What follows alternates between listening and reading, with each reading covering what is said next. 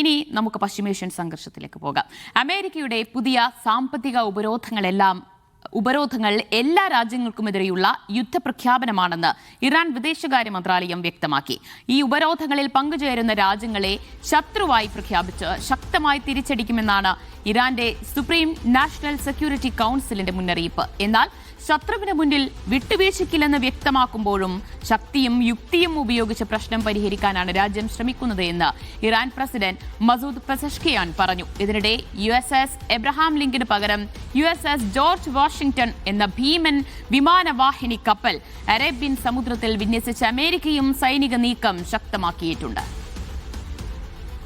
MCA Nasar വിവരങ്ങൾ നൽകാനായി ചേരുകയാണ്. MCA, good morning. ഇപ്പോൾ പശ്ചിമേഷ്യയിൽ ഏതൊക്കെ സൈനിക നീക്കങ്ങളിലേക്ക് അമേരിക്ക കടന്നു കഴിഞ്ഞിരിക്കുകയാണ്? ഈ ഉപരോധം ഉൾപ്പെടെ ശക്തിപ്പെടുത്താനുള്ള അമേരിക്കൻ നീക്കത്തോട് എങ്ങനെയാണ് ഇറാന്റെ പ്രതികരണം?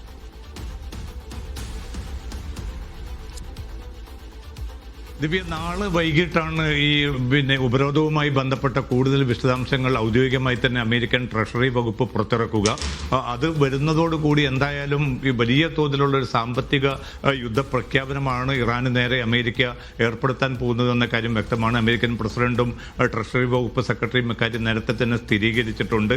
ഇതിൽ ഇപ്പം വിവിധ രാജ്യങ്ങൾ എന്ത് പങ്ക് സ്വീകരിക്കും, അവരുടെ പങ്കാളിത്തം എങ്ങനെയായിരിക്കും എന്നത് സംബന്ധിച്ച ഒരു അവ്യക്തത നിലനിൽക്കുന്നുണ്ട്. ചൈന വളരെ ശക്തമായി തന്നെ ഇതിനെതിരെ നേരത്തെ തന്നെ രംഗത്ത് വന്നിരുന്നു. ഇത്തരം നടപടികൾ നിലവിലുള്ള സംഘർഷം വർദ്ധിപ്പിക്കാൻ മാത്രമേ ഉതകൂ. പ്രശ്നപരിഹാരത്തിന് നയതന്ത്ര തലത്തിലും രാഷ്ട്രീയ തലത്തിലുമായിട്ടുള്ള നീക്കങ്ങളാണ് വേണ്ടത് എന്നുകൂടി ചൈന നിർദ്ദേശിച്ചിട്ടുണ്ട്. റഷ്യ നേരത്തെ തന്നെ അമേരിക്കയുടെ പലവിധ ഉപരോധങ്ങൾ ഈ യുക്രൈൻ യുദ്ധവുമായി ബന്ധപ്പെട്ട് നേരിടുന്നുണ്ട്. അതുകൊണ്ട് തന്നെ റഷ്യയെ സംബന്ധിച്ചിടത്തോളം അവർ ഇതിൽ ഒരു വലിയ പുതുമയൊന്നും കാണുന്നില്ല. പക്ഷേ മറ്റ് പല രാജ്യങ്ങളും, ഇപ്പോൾ ഈ തുർക്കി, ഈജിപ്ത് ഉൾപ്പെടെയുള്ള രാജ്യങ്ങൾ, ഗൾഫ് രാജ്യങ്ങൾ, ഇവരൊക്കെ എന്ത് നിലപാട് സ്വീകരിക്കുമെന്നത് പ്രധാനമായിരിക്കും. കാരണം എല്ലാ രാജ്യങ്ങളും തങ്ങളുടെ ഈ ഒരു യുദ്ധപ്രഖ്യാപനത്തോട് പൂർണ്ണമായിട്ടും സഹകരിക്കണം. ഇറാനുമായിട്ടുള്ള എല്ലാ ഇടപാടുകളും, അത് പ്രത്യക്ഷമായിട്ടും പരോക്ഷമായിട്ടുമുള്ള ആ ഇടപാടുകൾ പൂർണ്ണമായിട്ടും നിർത്തിവെക്കണം എന്നൊരു നിർദ്ദേശമാണ് അമേരിക്ക നൽകിയിരിക്കുന്നത്. ഇറാന്റെ എണ്ണപ്പം ഏതാണ്ട് 80% വാങ്ങുന്നത് ചൈനയാണ്. അപ്പോൾ ചൈന ഇക്കാര്യത്തിൽ അതേ നിലപാട് തന്നെ തുടരുമോ? അതോടൊപ്പം തന്നെ മറ്റ് പല രാജ്യങ്ങളും, ഇന്ത്യ ഉൾപ്പെടെയുള്ള രാജ്യങ്ങൾ ഇപ്പോൾ ഇറാനുമായി തുടർന്നുകൊണ്ടിരിക്കുന്ന ഈ വ്യാപാര വാണിജ്യ ബന്ധങ്ങളിൽ ഏതെങ്കിലും പുനരാലോചന നടത്തുമോ എന്നതൊക്കെയും ഒരുപക്ഷെ നാളെ വൈകിട്ട് ഈ പ്രഖ്യാപനം വരുന്നതോടുകൂടി മാത്രമായിരിക്കും മനസ്സിലാവുക. എന്തായാലും ഇപ്പോൾ അല്പം മുമ്പ് ഇറാന്റെ സുരക്ഷാ മേധാവിയാണ്, മോസിൻ റിസായിയാണ് വളരെ ശക്തമായിട്ടുള്ള മുന്നറിയിപ്പ് അയൽ രാജ്യങ്ങൾക്ക് നൽകിയിരിക്കുന്നത്. ഏതെങ്കിലും വിധത്തിൽ നിങ്ങൾ അമേരിക്കയുടെ ഈ ഉപരോധ നടപടികളുമായിട്ട് സഹകരിക്കുകയാണെങ്കിൽ ശത്രുപക്ഷത്ത് തന്നെയായിരിക്കും നിങ്ങളെ കാണുക. അതിനെതിരായിട്ടുള്ള ഏതൊക്കെ നടപടികൾ സ്വീകരിക്കാൻ പറ്റുമോ അത് തങ്ങൾ സ്വീകരിക്കുമെന്നൊരു മുന്നറിയിപ്പ് നൽകിയിട്ടുണ്ട്. അപ്പോൾ സംഘർഷം കുറെ കൂടി കനക്കും എന്ന കാര്യം ഉറപ്പാണ്. കാരണം ഇപ്പോൾ തന്നെ നാവിക ഉപരോധം തുടരുന്നുണ്ട്.